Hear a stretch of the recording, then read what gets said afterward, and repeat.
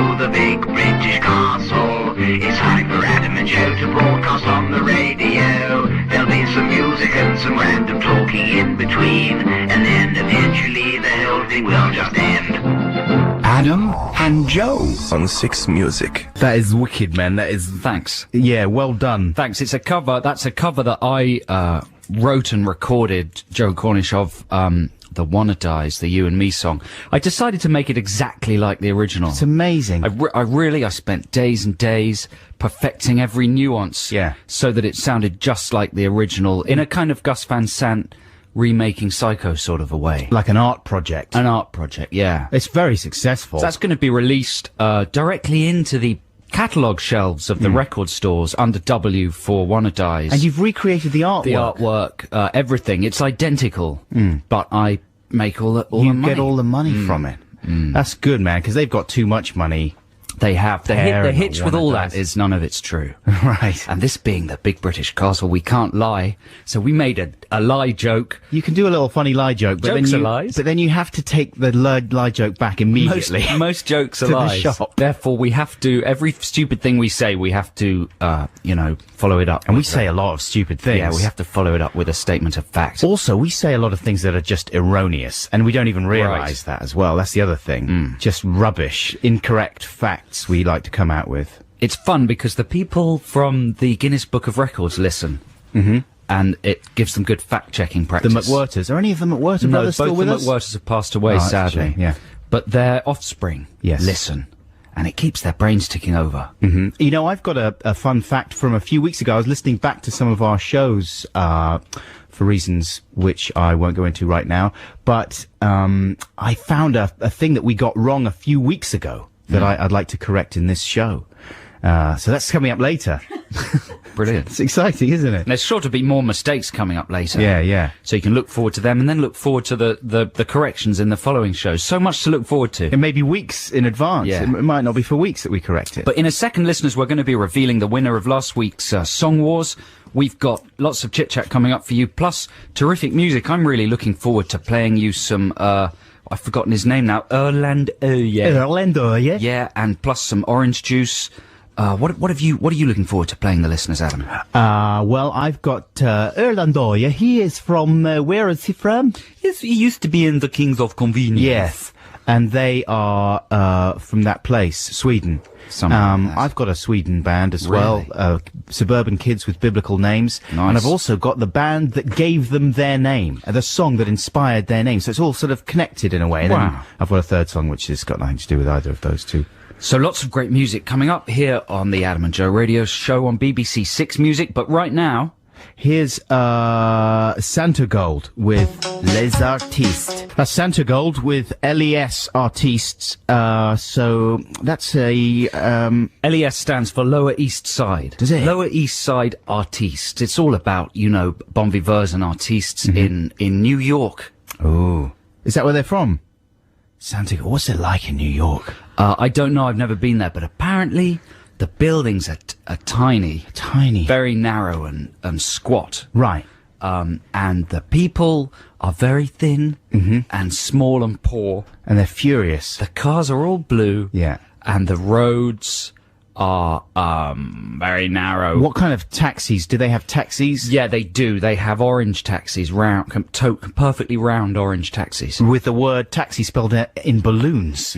Is that true? What do you mean spelled in balloons? Like they've made balloons into the word taxi and tied them together. That's right. They're helium balloons. It takes ages to maintain them all. Everybody speaks German. Do they really? What an amazing place. I'd love to go. If there's any New York people listening.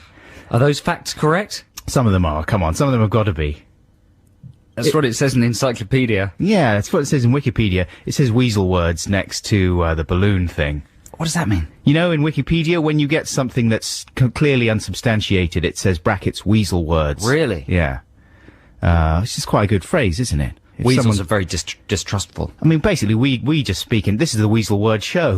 That's is, all we do is... Nothing but lies. Speak in weasel words. So last week's Song Wars, listeners, was a battle of songs about festivals. Mine was about Glastonbury. Adam's was a broader sort of festival song. It was about the kind of posher end of the festival-going experience. The general consensus, just having a look at a lot of the emails, is that mine was lyrically poor, but maybe musically possibly More a little exciting. bit better. Well, you had that amazing middle eight, the Was it trippy middle amazing? eight. Not sure it was amazing. I liked it. It was impressive. Thank you. And but generally the listeners seem to think that yours was lyrically superior. I'd probably agree with them. I had more lyrics. More lyrics, maybe a cleverer angle, a less obvious angle. Right. I need to think a bit more, just generally.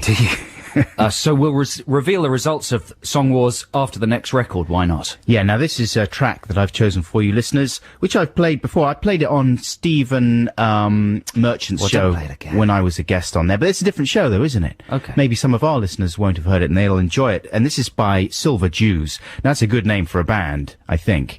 And that's one of the great names for a band. And this guy, I always forget, he's got a Pavement connection. I think he's just friends with Stephen Malkmus, who plays on this album. Maybe some of our listeners can correct me if I'm wrong about that. But this is an album called American Water, and he's a brilliant sort of non-singer, this guy. He's also a great lyricist, and this is a track called People. Enjoy, and this track, incidentally, gives its name, one of the lyrics in here gives its name to the band Suburban Kids with Biblical Names, who will be playing later on in the show. This is Silver Jews with People. That sounds to me as if Buffalo Bill from Silence of the Lambs decided to launch a music career. That might be the kind of song he might compose between putting lotion in buckets. It puts the lotion in the basket. And tucking his old Dodge between his thighs and doing a dance.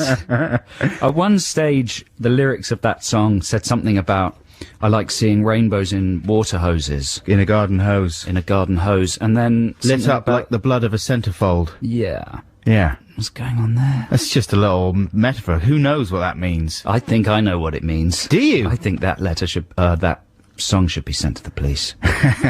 He's got amazing lyrics in there. People ask people to watch their scotch. People send people up to the moon. When they return, well, there isn't much. People be careful not to crest too soon. That's good. He should do a duet with Martin Fry. They got a new album out, ABC. I know. I saw their new single on I iTunes. wonder if that's any good. Come on, he's a genius. Yeah. Stephen Malkmus is in the American Water band. American Water is the name of that album, the Silver Jews album, and he is one of the players on there. You can hear his backing vocals on that track, which is called People. The guy's name is DC Berman. I don't know what DC stands for, but he's brilliant. And that was the Silver Jews. Now, let's resolve Song Wars. It's time for Song Wars, the war of the songs. A couple of tunes by a couple of prongs. Which will you vote for? Which one is the best? We're putting our songs to the listener test, so check it out. Yes, it's time to reveal the winner of this week's Song Wars. It was Festival Songs. Adam wrote a song called The Festival Song, right? Yeah. We shouldn't really go into the names because they're so feeble, and mine was called the Glastonbury Song. One or two people have emailed in, Adam, to say that your song sounded quite similar to the theme for the 70s detective series Van der Valk, Oh, yes, which that's was known as possible. Eye Level. Da, da, da, da, da, da, da, da. Cross between the theme to Only Fools and Horses. Someone else said it was a bit like the theme to Lovejoy as well. I So wouldn't you've know. obviously got a 70s detective thing. You know, going I've on. never watched an episode of any of those shows. Really? I can say with my hand on my heart.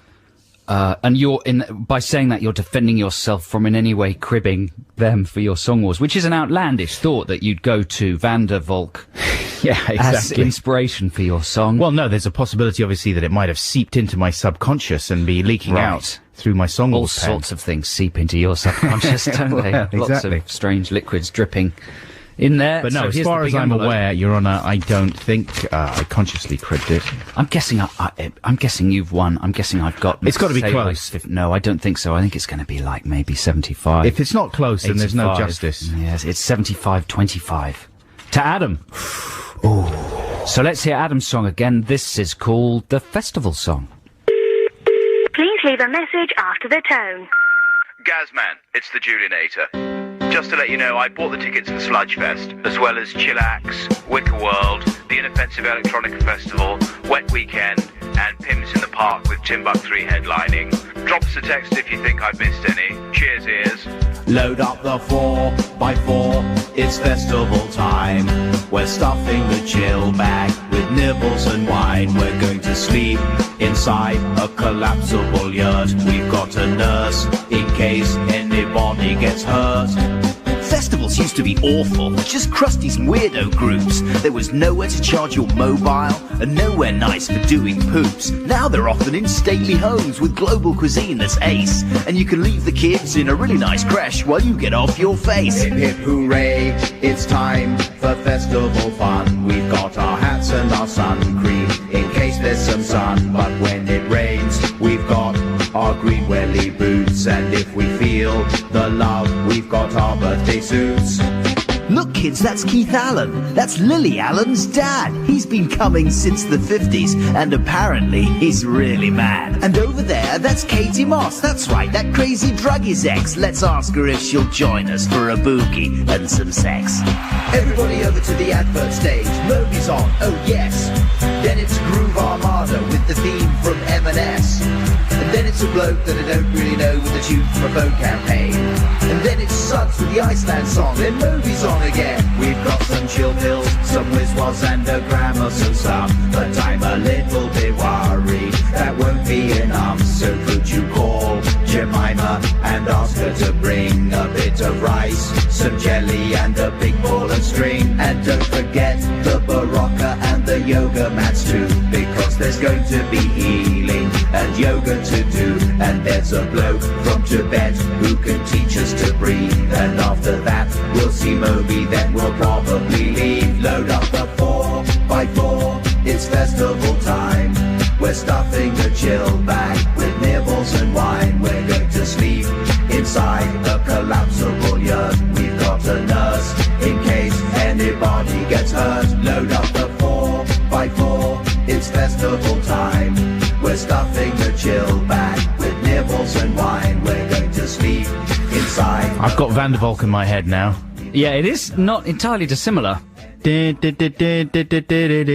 Van der Valk, isn't it? Yeah. Yeah, it's the same, isn't it? That's the winning Song Wars song, composed by Adam Buxton, and we're excited to tell you that pretty soon, an album called Song Wars Volume 1 will appear in various digital music outlets, not for a few weeks or months. What are you saying there? And so that'll be exciting. We're working on it now. They're being specially buffed up. All the first, we're going to put something like 24 songs on it? There's going to be a lot of stuff on there. It'll be very cheap. It'll be cheap and cheerful, and it'll all sound shiny. There'll be some extra songs on there. Bonus tracks. That have never been heard before. But forget about that for now if you're interested, because it's not going to happen for a little while. Yeah, we'll tell you more about it as and when things develop further. We've got to figure out what we're going to do for next week's Song Wars. Yes. So, listeners, if you have any suggestions, the festival suggestion was brilliant. I don't remember who suggested that, but that's a perfect kind of subject for Song Wars. And it wasn't too hard to come up with stuff, was it? No, it was fairly easy. Yeah. So if you've got an idea for next week's Song Wars, do text it to 64046 or email adamandjoe.6music@bbc.co.uk. But now, to clear the air like a squirt of Febreze, is a delightful trail. Always nice to hear that song. That's Echo and the Bunnymen with 7 Seas. Our producer Jude was a little bit worried that kissing the tortoise shell might be a little kind of filthy euphemism for something. That had never crossed my mind. Because I always just imagined... Well, it did cross your mind just then, though, didn't it? Well, after you mentioned it. Well, you're the one that suggested it. Yeah, but I put 2 and 2 together, as our listeners might like to do if they're that way inclined. You know, they can choose to ignore it and then they'll be none the wiser, or they can think about what that might be. I just think it's kissing a tortoise. Well... If you're a child or a young person or even an adult and you've got a pet tortoise, I used to have a pet tortoise. He was called Torty. Was he? Yeah. No, he wasn't really. He was called Torty. Torty? And, like a cake? One day he disappeared, and you know this kind of story. A couple of weeks later, my mum had a bonfire. Oh. Torty didn't... It's one of the most shocking moments of my childhood. He ran out and he was on fire. Tortoises can't run. Can they not? So he ambled not even very if they're on going, fire. me out. He was walking very slowly. No, he didn't manage to emerge from the bonfire, Torty. unfortunately. And you just found his shell. Yeah. Oh. Well, yeah. It was like a burnt house, you know. The ground floor was still intact, but the upper floors Poor were old gone. It was Torty. awful, wasn't it? That is terrible. Well, what you need is Ian McCulloch to come round. He could have kissed give the him a kiss. tortoise shell. That would have Brought revived him back to life. I think maybe that's what That's inspired what that the song's song. about. It's Exactly. dedicated to Torty. This is Adam and Joe here on BBC Six Music. Time now for the news, read by Nikki Cardwell. That's the Wombats Backfire at the Disco. This is Adam and Joe on BBC Six Music on a Saturday morning. Do you think the Wombats are known to their friends as the Wombles? Yeah, they are. They are. This is only it's a short trip from there to actually dressing up as the Wombles. Yeah. And appearing on Top of the Pops, and then you are, to all intents and purposes, the Wombles. You can't do that without getting Bat involved, though. Mike course Bat not. involved. Of course, 'Cause you he's the wouldn't want genius to. behind the Wombles. The Batsman. The Batsman, so that would be difficult. That would be expensive for the Wombats. kind of genius. Favourite, you used to love the Wombles, didn't you? What makes you think that? You seem like a Womble person. I used to like watching the Wombles, But and you've when got- I first went to Wimbledon Common as a child, I was terrified that the Wombles would emerge from the undergrowth. Did you not have any of the albums? Yeah. Yeah, that's what I'm saying. You love the Wombles. Yeah, and I had an Orinoco. I had one of them. And as you a used to stuffed dress one. up. And I used to dress Like up a as a Womble. Womble. Yeah. So, listeners, later on, after our show today, there's a camera crew. They make television programs, and they come around. Camera crews do. They've got cameras. Yeah, the camera crews. They wander around. They make up all these the shows that you see on TV. They're like gangs, like crews that you get in the inner city. Yeah. Right? They just go around with cameras, Exactly. And the sort of best assaulting people. the best camera crews, you know, they might assault someone really talented. They might get Justin Lee Collins and Yeah. Alan Carr together and assault them and film them in a crazy kind of studio. And there you go. You've got BAFTA-nominated Joy there in a box. But the camera crew that we're dealing with today, they are making a promo for the Culture Show, I think. And it's the relaunch of the Culture Show. When is the Culture Show relaunching? It's sometime in June or Yep. or thereabouts in the summertime. And they're getting a new presenter as, to join Lauren Laverne and all the regular team, I think. And we are going to say a few words about what culture means to us. That's right, isn't it? Yeah, I think it's similar to those Channel 4 idents where they get Channel 4 celebrities faces. from the channel to talk about a theme. Yeah. And we're not really faces from the channel so much as part of the BBC extended family, right? Yeah. Because our faces haven't been on telly for some time. But we are going to have to talk about culture. So what does culture mean to you? Have you got something worked out, Joe? Not really. I thought of the obvious things. The thing about taking a whore to water. Do you What's remember that? that? Oh, yeah, horticulture. Yeah, sorry, to culture, but you can't make her think. Right. Yeah, I thought of that one. Yeah, that's a good one. It's tricky though. How do you do that kind of thing and not sound really pretentious? Well, there's only two ways to go, isn't it? You can either be serious, in which case you're a ponce, unless you're very clever, which we aren't, or you can be glib. I think we should go for glib. Yeah, you reckon? So we'd like your suggestions, listeners. Please text them 64046 of what we should say What to we should this say. camera crew. But listen, they don't have to be glib suggestions. You know, we always welcome a glib suggestion, but if it's a serious suggestion about what culture means to you, then so much the better, because then we might actually have something intelligent to say. What are they going to say to us? They'll sit us down and plop the camera down, and then they'll just say, "Come on, guys, talk about culture. What does it culture mean to you?" I mean, I was having this discussion with my wife last night, so we often like to talk about culture, and she was saying that she didn't believe there was any such thing as Really? indigenous British culture.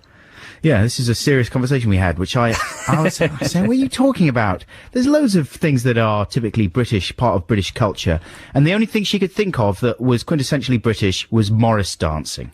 Right. That was the only one.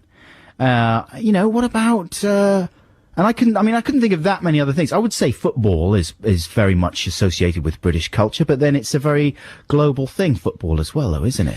Well, I'd say your wife is insane. Yeah, well, what would you come up with? Well, I'd come up with every writer, filmmaker, musician, classical composer. Yes, I know, but they're individual parts. Yes, but their work, when gathered together, is British culture. Every television program maker, every artist. Yeah. Every person who's created something. That's one way of looking at culture, though. There's many other ways. I mean, there's culture in a broader sense, And that's what she was This talking is what about, we're I going to think. be saying, and they're not going to be able to use it because it's just gonna going be to turn amazing. into an argument, a long-winded argument. So we'd like to hear your suggestions anyway. What do you consider to be a part of what makes up culture in the first place, and B, what do you think is part of British culture? Now, this isn't a Text the Nation thing. I'm just curious about this. We can trickle this throughout the show. What about some kind of Yakult joke? Yeah, well, I was thinking about saying something like that. Yeah, something about growing cultures and microbes, and Mark, what's his name with the quiff? Commode in a lab coat. Growing things from microscopes. That's good. what culture means to me. I was going to say it in that voice as well. That's good. It's going to be good. It's going to be exciting, isn't it? Now, I was in the lift today, and as I was coming up, my MP3 player, which was on shuffle mode, suddenly loudly started playing Coldplay.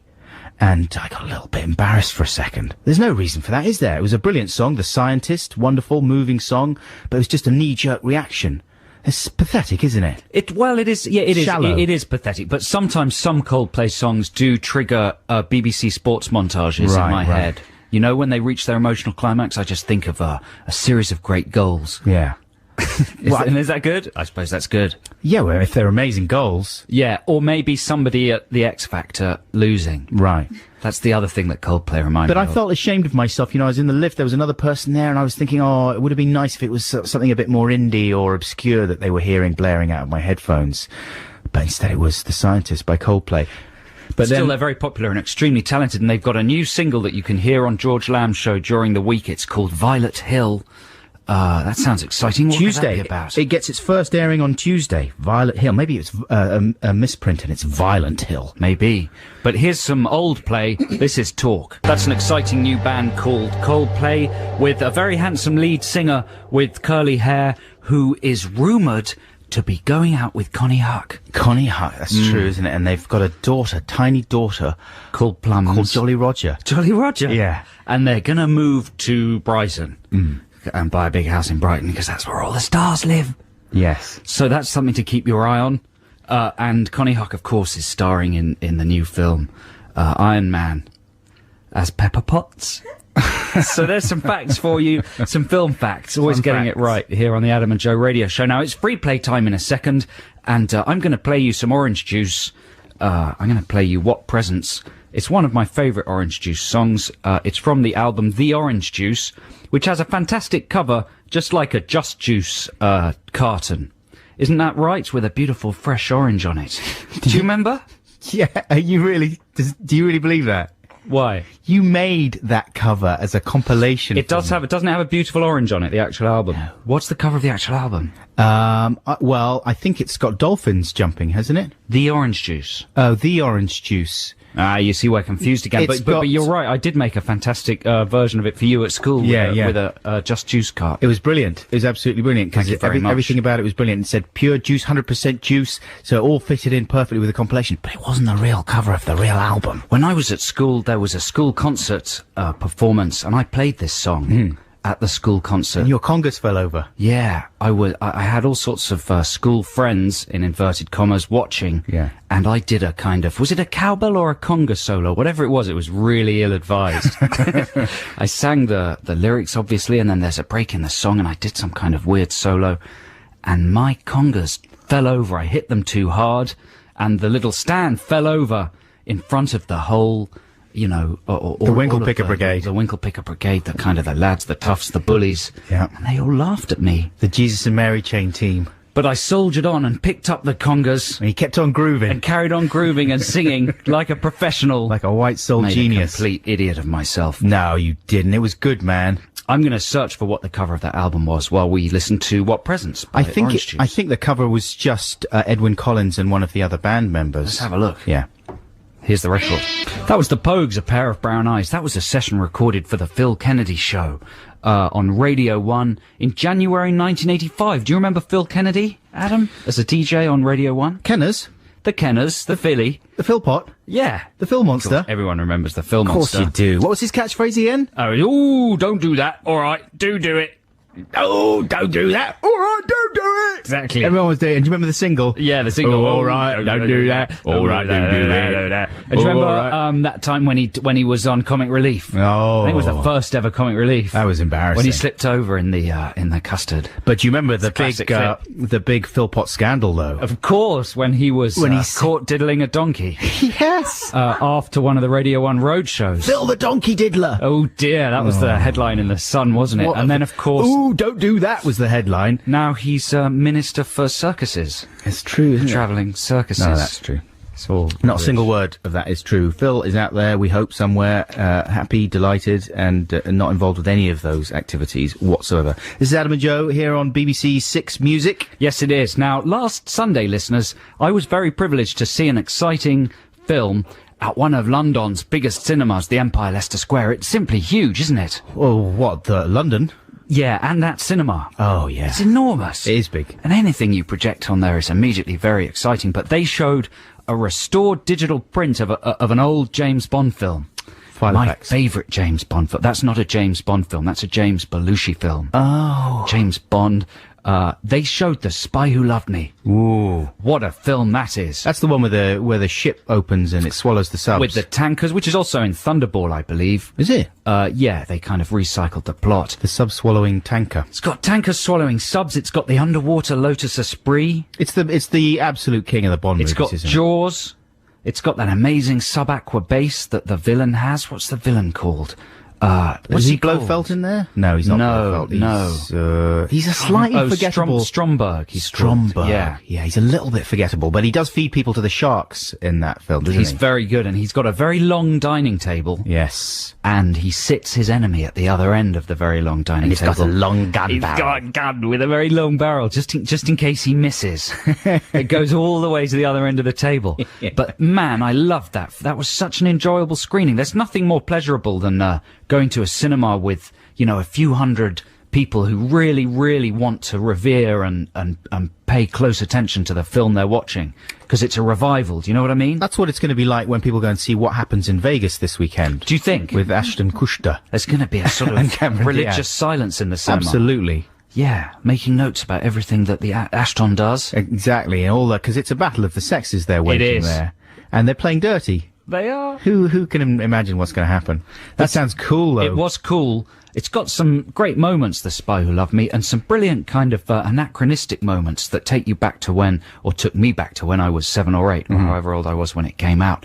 One of the spies receives a message at the beginning on his watch receiver thing. Spy Watch. And it's ticker tape that comes out. That's right. But it's not ticker tape, it's dynamo ticker tape. Or Dymo, I think. Is the Dymo. actual- Yes, right, yes. there you go. Do you remember that stuff that you would print you dial the dial and press the thing and They still have them, man. They're useful. they are for labeling things. Absolutely. But there you go. Secret agents in the late 70s I know. used them. I saw that recently and I was thinking, how are you going to store? Because that's bulky, that tape. Well, he sticks them on his pencil case. But you can to only remember them. You'd only be able to print out like a couple of messages. Maybe you could store the tape in the strap, but you're not going to be able to have a whole roll of tape attached up, maybe up your arm or something. It is useful for everything that a spy has to have a sticky surface, though. Yeah. So I mean, you may as well you can just hire a secretary with a Dymo machine and just, could you, print out the secret message? That's what he sounds like. It is what he sounds like. He's Russian, actually, the guy that receives Sorry. the message. I think, is he, or is it Bond? I can't remember. There's the amazing bit when the Union Jack parachute opens. That Yes. amazing stunt at the beginning. I almost cheered. Mm-hmm. I thought, this is a home crowd. Everyone's going to cheer when that parachute opens. Racist. Yeah, too patriotic. It would be Race it would be equals racist. racist. It'd be racist to I cheer. started cheering and then had to stop because I was the only one. Racist. The cinema was full of lots of middle-aged men, lots of bald patches. Yeah. I was sitting near the back. All Did they I have could see Union was- Jacks on? They didn't. They should have, shouldn't they? Mr. Trick. Yeah, what a movie. And one of the most amazingly exciting bits, I'm exaggerating, is at the very end of the film it says James Bond will return in For Your Eyes Only, That's right. which was wrong, of Who course. could have known? Oh, was it? Yeah, because Moonraker came next. Did it really? So it's a mistake. Bond mistake. Yeah. And the director was there, Lewis Gilbert. He's a very old guy now, but brilliantly clever. He directed stuff like Educating Rita and lots of good stuff. I went up to talk to him when he was coming out of the loo. What was your after opening the gambit film. there? I said, Well done, Mr. Gilbert. That was good. I said, hello, Mr. Gilbert. I'd just like to say thank you to you. You brought me so much pleasure as a child, and you've brought me so much pleasure today. And I welled up while I said it. No. Yeah. Get out of my way, you crazy kid. He looked at me like I was a bit mad and course he did. overdoing it. Of course. I shook his hand just as he'd come out of the loo as well. That didn't seem very hygienic. Yeah. And he moved away as quickly as he could. But it was a fantastic screening. So that's what, it's been re-released at the cinema, is I it? don't know whether it's getting a proper release, but it's a pristine digital print. It must be coming out on Blu-ray or something like that. Fantastic. But it looked amazing on the big screen. Made me feel like a virile child. You are a virile child. Come on, let's face it. Music time now. We can have the top of the hour sweeper. I love sweeping at the top of the hour. Let's have that, and then after that we'll have the Rapture. That's nice. He's come round to a more positive way of thinking. That's the Rapture with WAYUH, which stands for Woo, Alright, Yeah, uh-huh. He's got a kind of vocal style that's not dissimilar to the Kings of Leon there. The Yelp. Yeah, that's quite fashionable these days. Isn't it kind of talking like that the whole time? Yeah, the rock Yelp. Yeah. The laid back. Was that something that was invented by the Kings of Leon, or would you say that was invented by an older musician? Oh, that's been around for years, certainly since the days of New York punk. In fact, it's a bit David Byrne, isn't it? A little bit. That note. Yeah. You know what? I heard that David Byrne and Brian Eno are going to be touring, because they've done an album. They've done a new album together. Their first since My Life in the Bush of Ghosts, seminal kind of cut up, sort of sampling album in the early 80s. And they're going to be touring the album. Apparently, this is what I've read online. What, instead of releasing it, just playing it live? No, they'll be releasing it and playing it live, but they will be playing it live. That's the exciting thing. And they will be playing, apparently, about 40% Talking Heads material. I mean, that is very exciting. That's as good as a Talking Heads reunion. That's a little bit insulting to the rest of Talking Heads, obviously. What would Eno play on the stage? What instrument would he play? He'd just do treatments, wires. He'd write things on blackboards. He'd Really? plug tubes into David Byrne's bottom, and he would be thinking of things all the time. Very, Wow. very fast. And he also might play the keyboard. Okay, thanks. But that'll be good. Also, he'd be on backing vocals as well. You know, he loves to do a little bit of BBs. Ian, Eno. That's exciting. Ian, I was going to call him there. That'd be confusing if his name was Ian Eno. But that would be amazing. I'd love to have those reports confirmed, because so far I've just read them, on kind of tittle-tattle sites on the internet. Now, listen, I teased the fact earlier that I was going to correct something we got wrong in a show a few weeks ago. And these things bother me, you know. I just don't like the idea that we're just randomly saying things and they're going out unchallenged. I know. I've already made a hideous orange juice boo-boo this morning. Well, we corrected that, though, within the body of the link Yeah. there. But the thing we were talking about the other week was the word criteria and criterion, the difference between those two. And I was saying, is criterion always the singular of that word and criteria always the plural? Oh, boy. What would you say, Joe? I don't know. I feel sleepy. Feel a little bit sleepy, do you? Yeah, a little bit drowsy. Well, on the show, you assured me that, no, criteria could be used in the singular as well. So you could say Right. it's the only criteria. Not true, apparently. Is that so? Yeah. Criterion is always the singular. If it's the only criterion, you have to say that it's a single criterion. If there are many criteria, you have to use the plural. Right. Yeah. This is good, isn't it? It is good. I mean, this is exciting. It's like QI. Yeah, it is, isn't it? It's And like people- the Lynn Trust show or whatever she's called. She's not got a TV show, has she? Well, it's only a matter of time. Lint Rust. Lint Rust.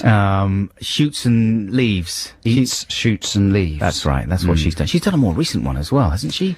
Yeah. She keeps churning them out. She's a best-selling wordplay queen. She is. But that's good. I'm glad we've cleared that up. Well, I thought we should, just for the sake of grammatical correctness.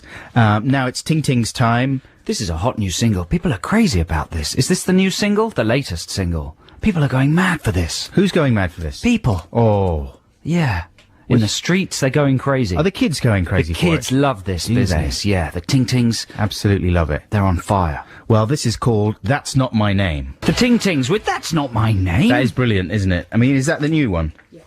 That is the new one, re-released May the 12th, so not entirely new, but it's getting a little push off the back of previous successes. Here's one you may have missed from the Ting Tings, is what they're saying. And they're right in that case, because that's very good. How could we have missed it the first time round? How could it have slipped through the net? We're stupid. We're stupid. So here on the Adam and Joe radio show on BBC Six Music, we've been attempting recently to provoke some feuds. You may have heard about our Top Gear encounter at the big awards ceremony where we won a big award. We take every opportunity to remind you of that award. We tried to pick a fight with Top Gear and engage them in a feud, but it hasn't really worked. All the effort was coming from our side, wasn't it? It was like punching someone and they didn't bother punching back. They just turned the other cheek and sort of walk away. They drove off. We wanted to try and harness ourselves onto their massive wagon of success by provoking a fight, but no, it hasn't worked. They've just rumbled on. I was quite relieved. Yeah, I'm relieved as well. The feud, however, that we didn't really want to pick, that has rumbled on, though, is the Aha feud. Oh, Lordy. I was thinking about this in the week. I was wondering if anyone Really? was going to... A couple of weeks ago, Adam made some, they weren't necessarily disparaging, but they were certainly interpreted as such by some Aha fans. He made some comments about the fact that Aha were doing this tour where the 3 individual members of the band play individual sets, but they never play together. They're playing at the Albert Hall in a few weeks. Yeah, Adam was implying that perhaps people might come to see them as Aha. No, It might be, you see, I wasn't. your words are being twisted Yeah, already. What no. were you implying? I was asking what the point of doing that was, and I was suggesting Right. that it might be a little pathetic to gather your solo efforts under the banner of the band that you are refusing to perform as. Oh, well, nice feud stoking. Because that's what you said 2 weeks ago. Yeah. You've just said again, and then last week we were discussing it more. And were you apologising, or were you? No, no, Were you I just was putting the point of view of Aha fans and making it. Yes, clear exactly. that- I was reading out a very angry email from a big Aha fan saying that, they're brilliant and it's a great idea for them all to perform because they've all got their solo identities and blah, blah, blah, blah, blah, and they'll be playing future Aha shows. That's something I didn't realise, actually. I didn't realise that there was still an ongoing All right. touring concern. So as here's Aha. another email that's come in from somebody called Mark.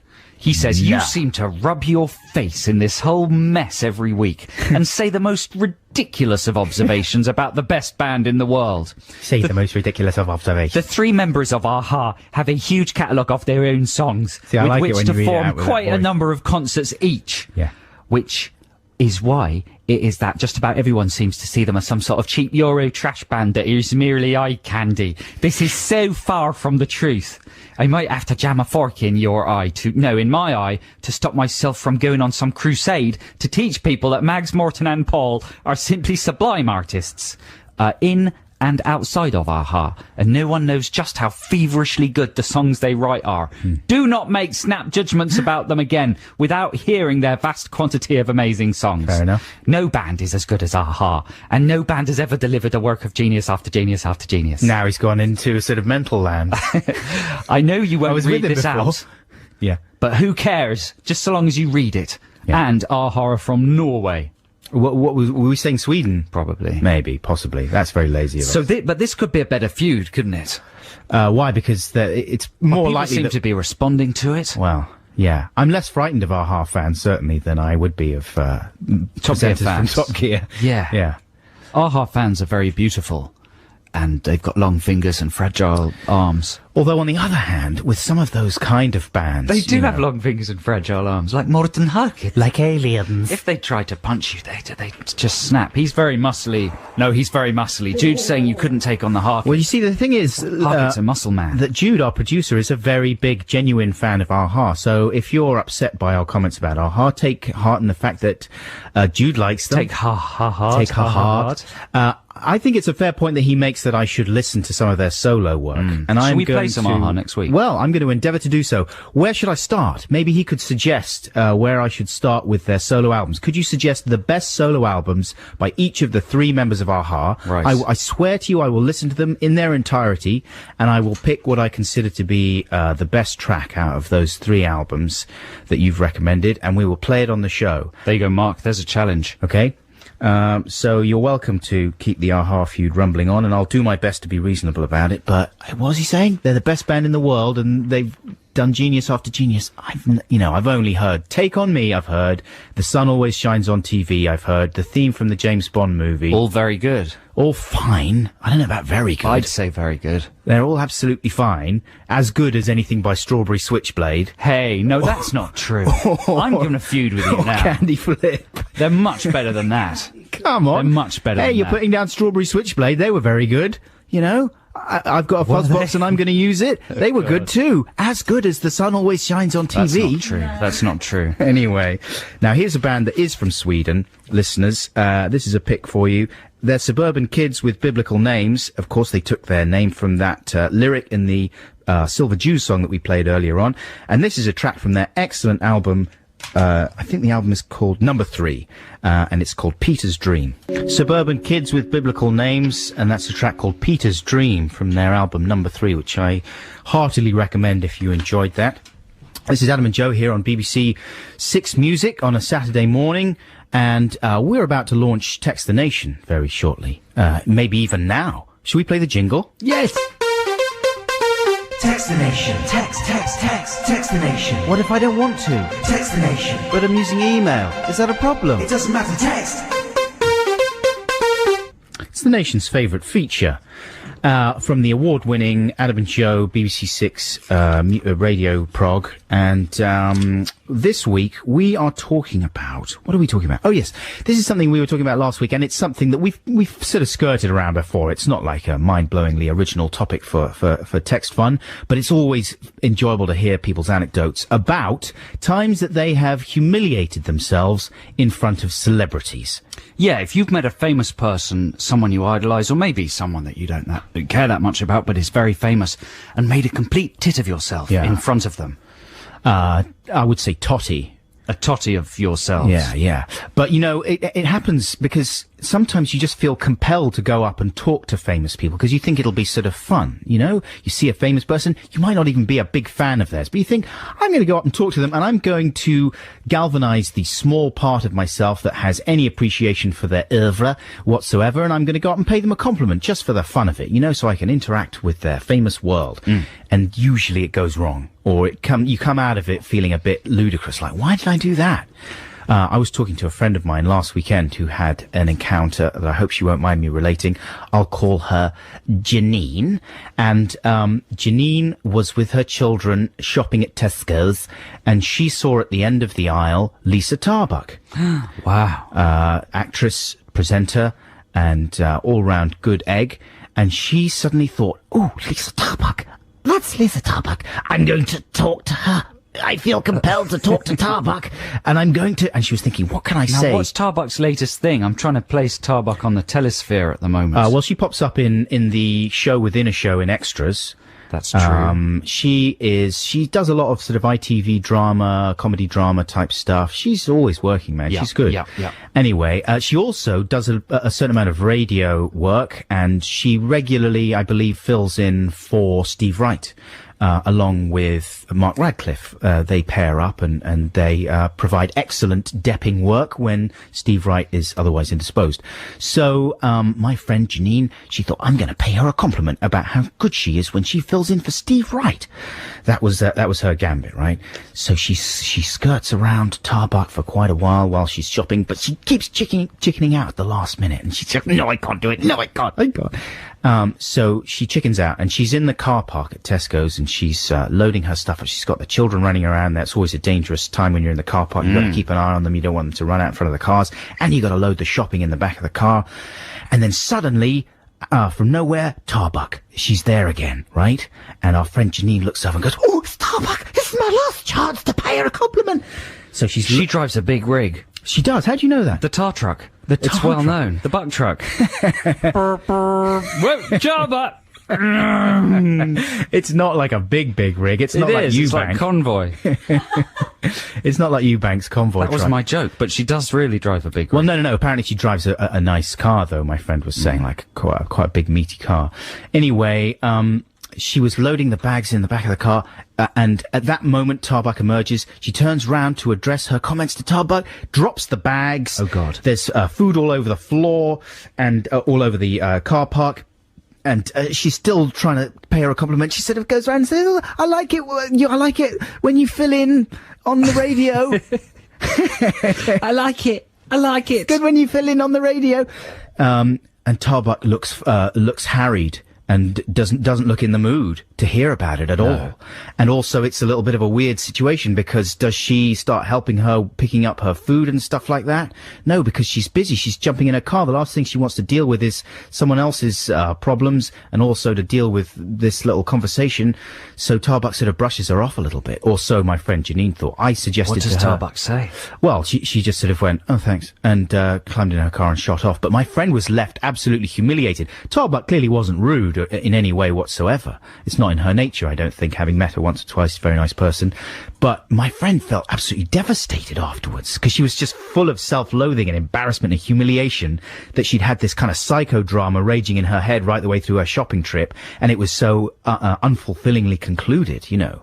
Anyway, we want to hear stories that are maybe a bit more dramatic than that, even if there can be such a thing, and maybe we'll tell you some of ours as well in the next few minutes. So, are we okay with texting? We are! All right, okay, so you can text your stories about humiliating encounters with celebrities on 64046, or you can email us, and the address is Adam and Joe, A-N-D, joe.6music@bbc.co.uk. It's trail time. It's a little bit insulting to television there, though, isn't it? I mean, for goodness sake. That's the disposable heroes of hypocrisy. This is Adam and Joe here on BBC Six Music. It's time now for the news. In some ways, I wish Britain was the 51st state of the USA. Then we'd have better fast food, cheaper car hire. What's going on there? That's the little, Is that what it does? outgroove the Matt Johnson thing, yeah. Don't you? You know, telly, we get all the American shows, we get the movies sooner. Yeah. Well, we are. I mean, we basically, what's the time lag now between America and the UK? Depends movie-wise? whereabouts. Oh, movie-wise, yeah, Yeah. not that long, that's true. Not the actual time difference. No, you know, we essentially are. I mean, when Matt Johnson recorded that song, that was back in the 80s, and he was standing there, Canute-like, trying to hold back the tidal wave of American culture. Too late for that now, mate. No one's singing songs about this being the 51st state of the USA now, because it's a foregone It's a conclusion. moot point, isn't it? It's true. It's all come true. Johnson, he was Makes right. me feel sick. Should have listened to Johnson. Now, this is the Adam and Joe Show on Six Music. We're in the midst of Text the Nation, and we're asking you to relate to us your stories about times when you have humiliated yourself in front of a celebrity. I've got so many. Well, we were discussing the fact during the break there that, you know, sometimes these humiliations are only in the mind of the people themselves who reckon they've humiliated themselves. You know, the celebrity in question won't be aware of it because someone comes up to you out of the blue and shakes your hand or whatever. You just say, hey, nice to meet you, whatever. That's it. They go about their business, none the wiser. But there's a whole inner world of turmoil going on in the person who's gone up to them, right? And they think, oh, no, I shouldn't have said it like that. Oh, no, I'm an idiot. Why did I do that? I've made myself seem less important than him. And, you know, why am I any less of a person than he is? And, oh, But there's a massive psychological contradiction, isn't there? Because you feel you know the famous person. Yeah. The famous person doesn't know you, but knows you know their work. And then you have to bridge that kind of, you know, chasm of knowledge and ignorance with some kind of idle chit-chat. Yes. Which is very difficult. You know so much about them, but yet so little at the same time. You know about their professional life and their work life, but you don't know what they're like as a person. And they know nothing whatsoever about you, so they've got to rely on platitudes. That's all they've got to go on, you It's know? a difficult exchange. I'm thinking of one or two times when we did Vinyl Justice, a segment we used to have in our old telly show, and we did it with Dweezil and Ahmet Zappa, Frank Zappa's kids. And I lied to them that I'd listened to their new record. That's right, yeah. You're very young and stupid at the time. And In order to endear yourself. Yeah. I said, oh, I really like your new album. And they were in quite a spiky mood as it was, and we hadn't even started filming yet. We were dressed as idiotic policemen. It was all very awkward. And either Dweezil or Ahmet, I can't remember which one, just said, oh, you haven't listened to... You haven't heard the album. And he called my bluff. He was right. I hadn't listened to the album. I was incapable of lying, so I just looked like a terrified bunny rabbit and went, yes, I have. But I so clearly hadn't. And it was just a terrible atmosphere in the room. And did we even bother filming the segment, or did we just leave? No, we filmed it. It's very excruciating. I watched it when we were putting the extras together for the Adam and Did Joe you? DVD. But we didn't use it, though. No, it's painful That was to watch. awful. And another one was, for some reason that's too complicated to go into, I was in a cafe in Vauxhall with Christian Bale around the time of Velvet Goldmine being released. I was quite excited to meet him, followed his work since Empire of the Sun. I also owned a slightly odd sort of underground comic book called Horror Hospital, which has homoerotic content, including some homoerotic drawings of Christian Bale. And I decided this was the moment to show Bale. Why not show him? These drawings. He'd love it. It's man to man. Who wouldn't want to see that? Who wouldn't want to see those? He looked at them like I was mad and was going to assault him in some way. Of course he did. And I did see him again, though. And we made love. Yeah. No, that bit's not true. It came true. I did see him again, but he always looked slightly frightened of me. Alex James is another person who's been the object of a lot of homoerotic fantasies. Really? In graphic novels as well. And I remember someone showing him one of these things in an interview, and he responded the same way. How would you? You would feel slightly terrorized, wouldn't you? Yeah. To be the object of someone's fantasies in that way. Hey, he wasn't the object of my fantasies. Yeah, I but happened to own the book. I was just... showing him. So what did you say? Like, look at this, Christian. You wouldn't believe what some of the weirdos out there are thinking of you, like me. I said all of that apart from the like me bit. That's very frightening. Have we got people emailing us and texting? We certainly have, and you can carry on texting your stories about humiliating yourself in front of famous people to 64046 or email adamandjoe.6music@bbc.co.uk. We'll read out a whole lot very soon. Now, here's a track by Supergrass, who I went to see playing at the Astoria on Wednesday this week. It was the last night of their UK tour, and they were extraordinary. Have you ever seen Supergrass live, Joe? No. I mean, it's like a nuclear bomb going off. You know, this is a band that has been around, a proper British treasure that for whatever reason have never become so massively globally famous that they no longer play, decent sized venues, and they are still sort of accessible to their fans in that way, you know, despite the fact they've got an embarrassment of brilliant albums and amazing hits behind them. But that's good though, isn't it? So you still get a feeling of intimacy when you go to their gigs. Yeah, that's a good thing. I mean, you wouldn't know it. I don't know. Perhaps they feel as if they would like to be more successful in some way, but from the fans' point of view, it's amazing because they're so tight now. They've been together however many, over 10 years, you know, maybe 15 years. They're incredibly tight. They've got these amazing songs in their catalogue, and they're loud. Man, it is really... I was deaf for about a day afterwards. I should have worn earplugs to that gig. But what a fantastic show it was. And so, you know, if you've never seen Supergrass before, boy, I really recommend you catch them whenever you get the chance. And this is one of their new ones. It's called Rebel in You. Text the nation. Text the nation. What if I don't want to? Text the nation. But I'm using email. Is that a problem? It doesn't matter, text. Yes, it is. Sorry, Text the Nation time. Before that, you heard Rebel in You by Supergrass, and I just remember that I promised the coat check girl at the Astoria that I would give her a name check because she looked after my bag really nicely. Helen, thank you very much. What do you mean by looked after your bag? For doing that. Well, she made sure no one ran off with it. What are you thinking? What possibly could that mean? Oh, your bag, right. Sorry. What bag were you thinking of? It's time to read some of the Text the Nation texts. We've been asking you to text in stories about meeting your heroes. What's the matter with you? For goodness sake. Carry on. Stories about when you've humiliated yourself in front of some sort of a celebrity. And you've sent lots of them in, so here are some. Are you ready? Yep. Here's one. Okay, this is about Paul McGann. You remember Paul McGann? What do you mean you remember Paul McGann? Well, the younger listeners might not know who he is. He was in With Nell and I and Doctor Who. Yeah? And the monocled mutineer. Right. This is from Vix in Brighton. I once drunkenly vomited in Paul McGann's lap while telling him I didn't like his hair in Doctor Who. That's extreme. He was surprisingly kind about it. He must be an amazingly kind man, because that's horribly insulting, both physically, to have the vomit in your lap, and to have your hair insulted. That's way over the line. I mean, he would be well within his rights to just give you a little duffing there. Yeah, exactly. If he beat you up, he would get off in court. At the very least, he would, he'd be all right just to scream at you and say, "Why don't you get away from me, you freak?" Ian in Twickenham says, my girlfriend fell off her seat as we were leaving a restaurant in front of Paul Gascoigne. It was about 7 years ago when he was with Cheryl, and Not Mad. Anyway, it was embarrassing, Poor so old I woman. dragged her up quickly by the hand, Yeah. not realising she'd fractured her wrist in the fall. We spent the rest of the day in Hampstead Free Hospital, but I like that because it means that not embarrassing yourself in front of Paul Gascoigne is more important Than the welfare of your Yeah, girlfriend. yeah, than her fractured wrist. That is terrible, yeah. That's an illustration of the kind of weird chemistry we're talking about here. Here's one from Bruce in Newbury. When asked to get Helena Bonham Carter's autograph by a friend, I panicked, and instead of talking to her, blew a large raspberry, shouted arse, and ran away. She looked scared. So he flipped. He went 360 degrees the other way, 180 degrees maybe. Yeah, you know, this is a strange thing that does happen with a lot of fans, is that they feel the best way to deal with their inner humiliation Is to insult the famous is to person. go on the offensive, yeah. And that's not enjoyable for us. I know all about that. I read the texts and emails we get. I understand that dynamic. Here's an anonymous one, I think. I met Simon Callow once in Birmingham.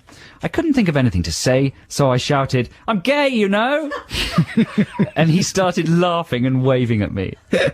That's good, isn't it? Oh, I'm gay too! Hi! Simon Gallo. Gay, being gay's wicked, isn't it? Gay. Yes. You, me, gay. Both gay. Both gay. Heterosexual people should do that as well. Yeah. Shouldn't Hey! they? Straight, I'm straight. You straight, right? All right, straight, mate. Straight, mate. Yeah, straight. Hey, mate. It's just a joie de vivre. See Ricky Gervais wandering around. Oh, hey, Ricky! Women, eh? Hey! That would work. He'd like that. He'd love it probably. because he's straight. Here's one from George in Sheffield. Not so much me, but my dad. At Easter, we saw Jude Law at Petersfield railway station. I'd be frightened of Jude Law. I was very excited and told Dad to take a look at him. The lawman was near enough to hear my enthusiasm and turned to give me a withering look just as my dad loudly announced that he didn't know who Jude Law was. And anyway, he's got a very tatty briefcase. Jude gave us such a filthy look, I practically had to go home and wash it off. That's good, Very man. well worded. Who's that from? Text there. George in Sheffield. Very good text, Very George. good. And one last text. I started to talk to Danny from Supergrass in a club once. I was drinking wine from a whiskey tumbler at the time and decided to compliment him on a Supergrass song. Obviously, I picked a rare one so that I seemed cool and knowledgeable. Unfortunately, I got the title entirely wrong. And he didn't know what I was talking about. All I then remember is drunkenly trying to tell him, "No, you did write that song," and then being sick in a bin. Oh, He looked aghast. I like ones that climax with throwing up. So, like, neurotic and anxious making is the situation. it's a good physical illustration of how you're feeling. Do you want a quick Tom York one? Oh, yeah, go I on. haven't pre-read this one, so I don't know what's in it. I saw Tom York in Oxford train station. He is a lifetime idol, so I felt compelled to go and speak to him. He was buying a smoothie, so I saw my chance. I managed to choose the one moment when he was getting handed the change to go and shake his hand. This caused great confusion between the cashier, Tom, and me, all trying to shake, receive change, and give change at the same time. This was amazingly awkward. All I could manage was a nervous laugh and then scuttled away. He then got on the same train as me and got off in Taunton, my hometown. This managed to make sure I was a blithering wreck for the rest of the day. Yeah, you see, and Tom would not have been aware of any of that psychodrama, I would have You've thought. got to time it right. Yeah. It's very important to time it right. So keep those texts coming in about your embarrassing encounters with famous people. 64046, adamandjoe.6music@bbc.co.uk. Just before we play this next track, which Joe has picked for you. What is it? Ireland, Oh, yeah. I was going to say, you know, on the subject of people getting facts wrong about the people they meet, you mentioned the Danny from Yep. Supergrass one. Have you checked out the clip on YouTube of John Cusack doing an interview? He's being interviewed by this girl from I have seen that. a student, She gets all her Cusack facts wrong. and she says, "I've had so weird seeing you because we were just watching American Beauty." And he goes, "Right, what's amazing about that?" "Well, because you were in it." "No, I wasn't." It's amazing. Check it out. Type in John Cusack wrong interview or something into YouTube. You'll find it. So here's a free play. This is Erland Oye. He's one of Kings of Convenience, and he also has a band called The Whitest Boy Alive. But this is his kind of electronica album called Unrest. It's a great album. It is very good, as well as being great. It's also very good. And it's got some crazy lyrics. He speaks very fast, but you should listen closely. He's got lyrics including, when in Rome, they're digging to extend the lines. They're running into ruins, got to stop all the time. And stuff like, bought a CD player to be checking our song. Didn't do recordables, so we moved along. Stuff like that. There's really good stuff. And then in the middle, watch out for the moment when the song stops and he does possibly the worst chat-up line in the history of chat-up lines. He says, "What's your name? You wanna come in room?" Which is really odd. If I was a woman, I wouldn't go in room with him. This is Erland Oye with Prego Amore. You're not a big fan of that one then, Joe? Well, I don't mind that track, but it does remind me of a very depressing period in the life of the country and you know, my childhood. That was Brodsky Beat, incidentally, listeners, with Small Town Boy, and it brings back a lot of traumatic memories for Joe Cornish. Well, that makes it sound like I was a sort of gay, bald, closeted man riding on a train in the suburbs, which I sort of was. But it was a depressing time, wasn't it? You know, Thatcher and AIDS and depression and small, bald, repressed men in Speedos in council swimming baths. Well, that's what he was singing about. He was singing about how it wasn't such a welcoming place to live in. I do like a lot of other Bronsky Beat stuff, but that one just brings back memories of misery. Is kind of bleak, isn't it? Especially the videos, all like. Oh. But our producer Jude loves it. She loves it. It's completely made her day to hear it. So that's the main thing. Shall we have the jingle? Text the nation. Text the nation. What if I don't want to? Text the nation. But I'm using email. Is that a problem? It doesn't matter, text. Text the Nation this week is stories of you humiliating yourselves in front of your idols or famous people. I'm going to read out some emails now. Are you ready for these, Adam Buxton? Yes, please. This is from Mike in Wivenhoe. He says, Morning. Morning, Mike. I blagged my way into an album launch party and saw Charlie Higson. Someone had lent me a Higson novel a week earlier, and not knowing what to say to the great man, I tried to suck up to him by pretending that I was reading his book and that I really liked it. Really? Which one? He asked. I panicked. I'd been found out as a fraud, but luckily I recovered the situation by seamlessly responding, the green one? The green one. And he got away with that, did he? He smiled pointedly and moved away. Yeah. You know what? I've humiliated myself with Higson. Really? Before, yeah, because he's a hard man to read sometimes, you know. He's nice and friendly. He's very dry. He's very dry. He can be a little bit taciturn. And we were out in a boozy place one time, and everyone had quite a lot to drink, and we got to talking about Michael Barrymore, I think. Right. And I just sort of got flustered and trotted out some fairly tabloid-style views about Michael Barrymore, and he and Higson quite rightly came to Barrymore's defence, like in the name of level-headedness, and sort of saying, you know, you don't really know what you're talking about, or you're just regurgitating stuff you've read in the tabloids. You don't really know what the man's like at all. You don't know the true facts of the case. I was like, ooh, that's a good point, isn't it? Anyway, okay, bye-bye. It was awful. Crikey. Here's another one from Stephen Riley. This is a short and sweet one. In a nightclub in Glasgow, my friend got Johnny Vaughan in a headlock and took him round saying, look who I've got. The end. It's quite good. I don't believe that one. I don't think Vaughany would put up with that. He wouldn't put up with it for very long. He's a big, strong chap. I mean, you put up with it for a little bit. Someone came up to me at the Supergrass gig the other day, and this bloke sort of went, and put his arm around me and sort of grabbed me and got his camera out and stuck it in front of us, and he sort of said, you don't mind, do you? Just want to take a picture of myself with someone mildly famous. Fair point. I was like, yeah, I'll mind in about 30 seconds if this continues, but for the moment, go ahead. Johnny Back in Preston has sent this email. I came across a weird situation at my dad's house a few years ago when John Motson, commentator extraordinaire, was in my dad's housewarming party. It turned out my current dad's lady friend, I think he means my dad's current lady friend, knew Motty. And after doing the rational, excited phone call to my friends upstairs to say I was in his Mott's presence, I inevitably met him in the empty dining room gathering finger food. Unsure how to approach him, I said I was my dad's son. This seemed like a good start, but then there was a silence, and I blurted out that I loved his work, to which he scurried away, and I was left a destroyed and confused teenager. Been replaying it ever since. That's a good example. Motti would have been flattered. He may not have been able to respond exactly the way you wanted, but there's no way, unless he was clinically insane, that he wouldn't have appreciated that. It's just that you can't always think of exactly the right words to reciprocate. You know what I Can mean? you love a commentator's work? Certainly. Would you have albums of someone's commentary over a particular game? Well, it's difficult for us to say because we're not big sport heads, you know, but certainly people who are into their sport, they absolutely... yeah, a good commentator brings it to life, adds an extra level, Yeah. can make or break a game, it's Very true. much so. I love Motti's work. I don't even know it. Here's one from Angus Malcolm, who's put his full address. I like people who put their full addresses. because we can get them. Yeah. I was at a party and met a guy whose partner turned out to... Oh, I wasn't going to read this one, actually, but I've started, so I'll have to. I was at a party and met a guy whose partner turned out to be Sinead O'Connor. This was the 80s. No, we can't read that one. No.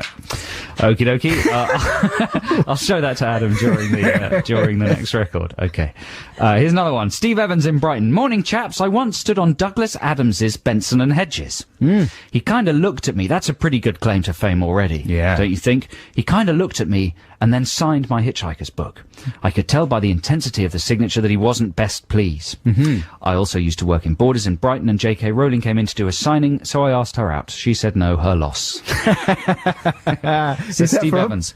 Steve Evans. There's more later. Keep them coming in. 64046 or Adam and joe.6music@bbc.co.uk. It's Adele time. This is Cold Shoulder. That's Adele with Cold Shoulder. This is Adam and Joe here on BBC Six Music. It's a lovely Saturday morning here in London town. I hope it's as nice where you are. It's a lovely Saturday morning here in London town. The pearly kings and pearly queens are walking up and down.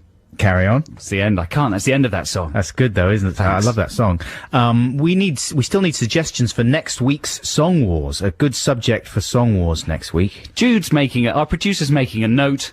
She makes notes after we do links. It's a bit like having a teacher, ticking or crossing our performance. She made a note after that song. She had a very sort of sober look on her face. I don't think she liked the song. I think she's made a note. She might be making a note Tell saying, Joe not to sing the song. let's put Joe's song in the podcast. That's exactly what Really? I'm There doing. you go. She loves your songs. What about that one? Look, here, I'm making a note now. Make sure Jude doesn't put Joe's song in the podcast, because it's not that good. But yeah, we still need suggestions for Song Wars, okay, listeners? And we've got less than 45 minutes to go, so, you know. We've got a few that have come in. Have we? Yes. Any good ones? Yeah, do you want me to read them now? Let's have a quick look at some of them, yeah. 'cause Quick look at some of the song wars. First of all, there's an angry one from Bill in Derby who says that we blew him out with the movie trailer wars idea. That's true, Bill. Sorry about that. And then he voted for my tune. He was one of the 25% that liked my little song.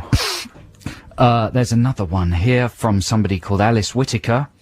She says, I've got an idea for Song Wars next week, inspired by your orange juice anecdote, perhaps something on the theme of childhood memories.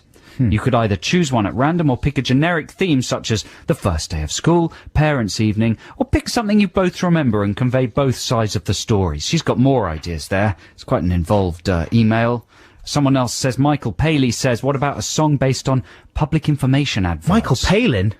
Paley. Michael Palin? Paley. We did that already. We did instructional songs already, I'm afraid, Mikey. Michael Palin. Yeah, Michael Palin, thanks. That's a good idea, though, Good Michael. luck on your travels. Yes. You can say hello to the Dalai Lama, please. And the Monty Python. And the Monty Pythons. Here's one from Dave in Melbourne. He says, my idea for the Song Wars theme is worst cinema experience, which can include bad movies or talkers or loud eaters, etc. That's a good idea. I feel that we would probably go for exactly the same content. It's not that musical, though. Do you know what I mean? It doesn't immediately suggest a... You could do it one to the Pearl and Dean tune. Right. There Yeah, are but- musical things. You could do the Kaya Aura. It's not clearable, though, is it? We need to That's keep true, it... that's true. Daytime television, says Rob Gold. That's not a bad idea. I mean, there's all sorts of things you could do. You could do something about loose women. You could do a 1 minute one about 60-minute makeover. Yes. How about that? With a whistle at the beginning and the Yeah. end. Yeah. And that would, keep it down to 1 minute as well. Yeah, that's a good idea. Everybody saves So on that's pain. in the lead, maybe. Someone else, Lewis in Liss Forest. I think for Song Wars next week, you should write songs about each other. That's a good That's idea. often suggested. We were going to do it for Valentine's Day, weren't we? But something went wrong. There was no Song Wars. There we go. So keep those coming in as well, and we'll get back to your Text the Nation text as well very soon. Now, here's a track from a new hot band. Have you heard of Fleet Foxes? No. Well, there's a lot of kind of psychedelic folk units around at the moment. A lot of them come from the American states. And Grizzly Bear, have you heard of them? No, yes. They're good. They're really good. And they sound similar to Fleet Foxes. They've got a similar thing going on there, but that's not to do down Fleet Foxes. Their debut album is out in a month or so, I think. And is it just called Fleet Foxes? I'm not sure about that, but I think it might be eponymous. And this track is called Ragged Wood. Hope you enjoy this. That was very nice. That was a free play chosen by Adam Buxton, and that was Fleet Foxes with Ragged Wood. Am I correct? Yes, absolutely. And Jude was pointing out that it also sounds very much like My Morning Jacket. I suppose that very echoey, reverb-heavy vocal there. Very nice indeed. Hope you enjoyed that, listeners. Now, don't forget, listeners, a podcast of this show is available from the Sunday evening after the show. It's up there on the BBC Six Music website and other commercial podcast sites from Sunday evening. I'm quite obsessed with our position in the podcast chart. Right. There's a top 10. If you're in the top 10, you get on the front page. How often do you check? Twice a day. No. Sometimes. More often than you brush your teeth. It's part of my surfing ritual. You know, if you're going to work on your computer and you boot up your computer, you'll inevitably have 10 or 11 things you do before you actually get down to any work. Check the podcast, look at some knockers, Exactly. go to the film site. Exactly. So it's one of my little ritual things I check. Anyway, so I'm depressed to see that we've dropped out of the top 10. We've gone down to number 12. It's bound to happen. And that's because two exciting new podcasts have launched. Right. And the podcast chart works in such a way as it's the most new subscriptions that day even. It seems to be updated all the time. Nobody really knows how it works. But we've been pushed out of the top 10 by a Radio 4 sports comedy show called Look Away Now. So I'm thinking we should do some more sports comedy. Can you do some sports comedy? Make a sports joke quickly. Something ball-based. Yeah. Oh, man, that's difficult. If there's any horse racing this weekend, the going's gonna be tough. And if the tough gets going, then... Yes! No, I can't! Yes, sports comedy. That's good. That was good. That was nearly there. Okay, and the other thing we've been going pushed gets out tough. by... What, you got it? The tough gets rougher. Billy Ocean. Just words. Something with Billy Ocean. Something with... That's good. There's a template for a joke. Yeah. Anyway, we work on that. The other thing that we've... Because that's going to satisfy the sports comedy fans now. They're going to abandon the Radio 4 podcast and come to us for sports comedy now that you did that one. Yeah. And Think about football and word balls as well. Yeah, keep thinking. It's Okay. a tricky one. The other thing we've been pushed out by is the Anne Summers Guide to ... open brackets explicit close brackets. Oh, well, that's fair enough, isn't it? So that's obviously some kind of explicit sexual advice podcast. There's a few of those out there, you know. I'm amazed that they They don't... always get big ratings. Yeah. So can we do some non-explicit sexual advice at all? Well, then it would be like sexual and marital problems. Actually, no, sexual and marital problems on LBC keep is clean. absolutely Have a filthy. bath every day. Yeah. And just don't Wash your bits. tug. What? Wash your bits, I'm saying, Yes. as That's advice. slightly explicit. It is a little bit I think you should explicit, be less explicit. Wash all over. Yeah. Has that... I don't think this is going to do us any favours, you know. You don't think that people Not looking for really. sexual advice No. will come to us now? I don't think so. I was hoping it would get us back in the top 10. Anyway, please subscribe, listeners. Get us back up there, okay? You know, it's a free, fun thing that flops in there every week, and That sounds like non-explicit. that is a little bit sexual explicit, advice now. isn't it? I'm going to play some music for you. This is Serge Gainsbourg with Balladie de Melody Nelson. It's probably dirty as well. It is a little bit dirty. It's a little tiny slice of sexiness there from Serge Gainsbourg. That's a Ballad de Melody Nelson from the amazing album that is titled Similarly there. This is Adam and Joe on BBC Six Music. It's time for the news with Nikki Cardwell. Someone's car alarm going off during that song. I'm not sure if it's yours, but So that's all about it is. the house that Funk built. Yeah, she says at the beginning, this is the house that Funk built. Not a very stable house. Very No. peculiarly decorated. Be awful. Ill-fitting bricks. Shag pile carpets. Yeah, on the market, very cheap. It's a fixer-upper. Wobbly walls there. That's, of course, a song about the boots of cars. But the foundations would be deep. They would, wouldn't they? Deep, deep, deep house. Yeah, exactly. That's filthy, And it isn't would that have song? some good techno around the It's like place. pure pornography there from Groove Armada with I See You Baby. I think it's time to wrap up Text the Nation. What were you going to say something there, Joe? No, I was going to say this is Adam and Joe on BBC Six Music. It's worth saying that every now and then just so people feel orientated. Just so they know we're not just two random Yeah, people. like we sound. Exactly. It's time to wrap up the segment known as... Text the Nation. Text the Nation. What if I don't want to? Text the Nation. But I'm using email. Is that a problem? It doesn't matter, text. Okay, there are some very good ones, so I'm going to speed through them. Mm-hmm. You better pay close attention. I'm paying attention. Listen, peel your ears. Here's one from Maisie in Harrow. When I was 8 years old, I was at Kew Gardens with my parents, and my mum whispered, "There's David Attenborough." For some reason, this compelled me to run as fast as I could, making a Red Indian noise, until I tripped and fell down a little way in front of him. She was how old? 8. Oh. That's the correct response to the sentence, "There's David Attenborough." Exactly. Even Especially at if you're in 8, Kew Gardens. she knew it was embarrassing, so she just lay there, not moving, until her mum picked her up. Oh. Very sweet. Here is one from a person who is anonymous. I met the Cockney rhymer James Blunt at dinner as he was dating my ex. I was sat next to him, and he had had a little too much... Oh, no, I had had a little too much wine. I kept on asking him, in a horrible nasal voice, why he thought his life was brilliant. Oh, no. He apparently is permanently scarred by the experience, and I have a strange mix of pride and shame. I don't believe that he's permanently scarred. He must have to deal with that all the time. He just rubs a £1 million note on his face. He seems like a nice person, James Blunt. He's lovely. Have you read, like, he's sort of launched a comeback offensive charm offensive over the last few months. Have you been aware of His that? response to those accusations is very good. He says, well, look, I do have an amazing life. I go around singing.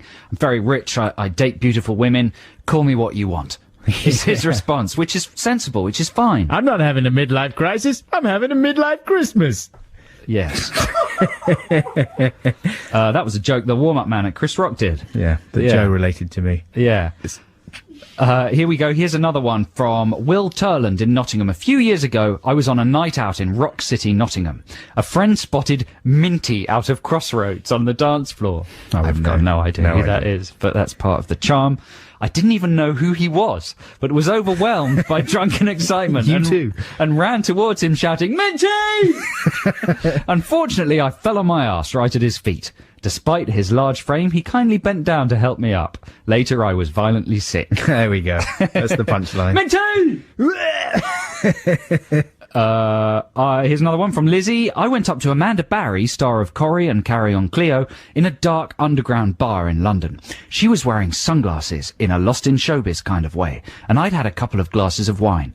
Despite this, I had a sensible conversation with her, and she gave me her autograph. Then, as I made to leave, for some reason I thought it was a good idea to pull my own sunglasses down from the top of my head onto my face and tell her I was wearing them as a tribute. I left covered in embarrassment. So that's a last-minute sarky joke. Yeah. Spoiling the atmosphere between the two of them. You shouldn't try and be funny in circumstances like this, should you, really? Especially not if it's gone so well hitherto. No, I mean, like, circumstances like a radio show. You shouldn't try and be funny. Oh, I'm so sorry. Sorry. Here's another one from Robin Sheffield. I once met Phil Oakey in a nightclub and lost for conversation. I asked him, "The Black Hit of Space, what's that all about?" Bemused, he replied the song was just a joke. So I wrapped it up with the words, "Sorry, Phil, I'm really pissed." I bet Phil thinks about that a lot. And now, how much time have we got? Because do I need to whittle these down? There's a couple I've got to get out here. Here, can I just tell you one more from my own memory box? When I was, this is something that I do think about every now and again, and it gives me the shivers. But I auditioned for a part in Black Books, the first series of Black Books, Graham Linehan's sitcom. And in the end, it was a part that was played by Nick Frost, a repairman who comes in. Oh, and he's got a little action figure stuck in his hair or something, hasn't he? I remember that. Yeah. So I went to audition for that part, and it was just after the actor Dermot Morgan, who played Father Ted, had died. And so I went in there, did an absolutely rubbish audition, and very flustered on my way out, shook Dylan Moran's hand and said, "Oh, nice to meet you, Dermot." Uh-oh. sort of, because he's the only other Graham Linehan man I could think of, I fused them in my brain. He didn't look happy about it, and I didn't get the part. I've whittled this down to my favourite 3 now.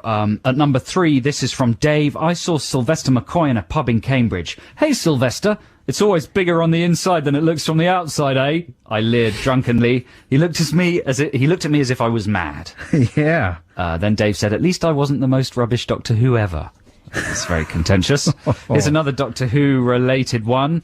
Good morning, Adam and or Joe. I once saw David Tennant filming Doctor Who and took a photo of him as he walked past. I pressed the wrong button in my excitement and the batteries fell out. He looked at me as though I was a retard. Thank you, says Darren Floyd. That's good, that, isn't it? Yeah, Tennant's a nice man. Comedy though. moment. I would think he would reach down and pick up the batteries for you. And finally, here's a great one. In the late 90s, when I was working at the BBC in Pebble Mill, I was walking down an empty corridor chewing my fingernail. Just as I turned the corner of the corridor, I spat the piece of nail out and watched as it spun in slow motion and landed on the man walking towards me. It was John Craven. We stood in silence. He looked down at the piece of nail on his jumper and then up at me with disgust in his eyes. On the jumper. Wait for it. All I could think of to say was, I used to really love Newsround.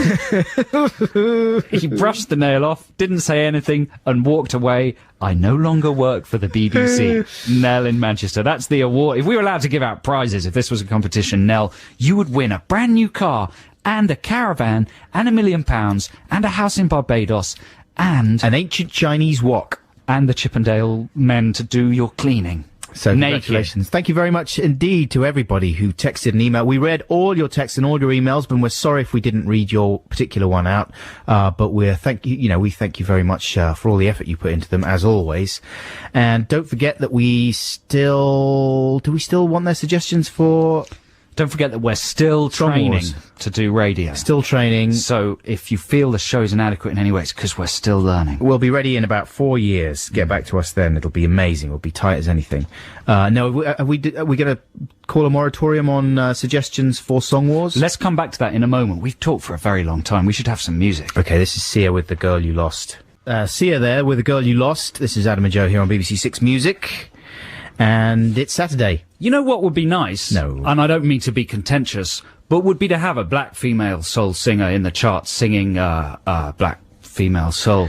Well, there's loads, though, aren't there? Are there? Loads of Estelle, R&B I artists. suppose this is what Estelle was complaining about, actually, in the music press recently, that Amy Winehouse and Sia and people like that are all, and what she called Duffy, yeah, are all kind of, stealing the mobo. Oh, come on. I mean, that's the history of pop and rock, though, I isn't know. it? Does that make it right, though? No, it doesn't make it right, but there's still a lot of very prominent black artists. I hear there's an amazing old ITV documentary from the 70s about the history of pop music being re-released on DVD. I'll read about it and say more about it next week, but apparently it covers a lot of stuff like that, and people say it's one of the best television documents ever of the evolution of popular music. I'm going to try and pick that up this week and have a look at it, but apparently it's got a lot of stuff about that, showing you exactly how black blues music was purloined by white artists in a very blatant way, in the 50s and earlier even. So this is not my opinion. I'm merely reporting what Estelle was talking about in the press and pointing it out that if you do have a look at the charts, there is a bit of a sort of a kind of a colour imbalance, really, in terms of the sort of music they're singing and its roots. Just opening it up as a little bit of conversation. There's different charts, though, now, aren't there? Yeah, but is that right? Wow, I mean, that's a whole other kettle of cod, isn't it? There are different charts, but I would say that the charts, in terms of the top 10, is a kind of overview of all of them. It can include rock or R&B or metal. Well, it would be interesting to see what the figures were, but surely some of the most successful artists in the world are R&B artists at the moment. That's very true. Chris Brown.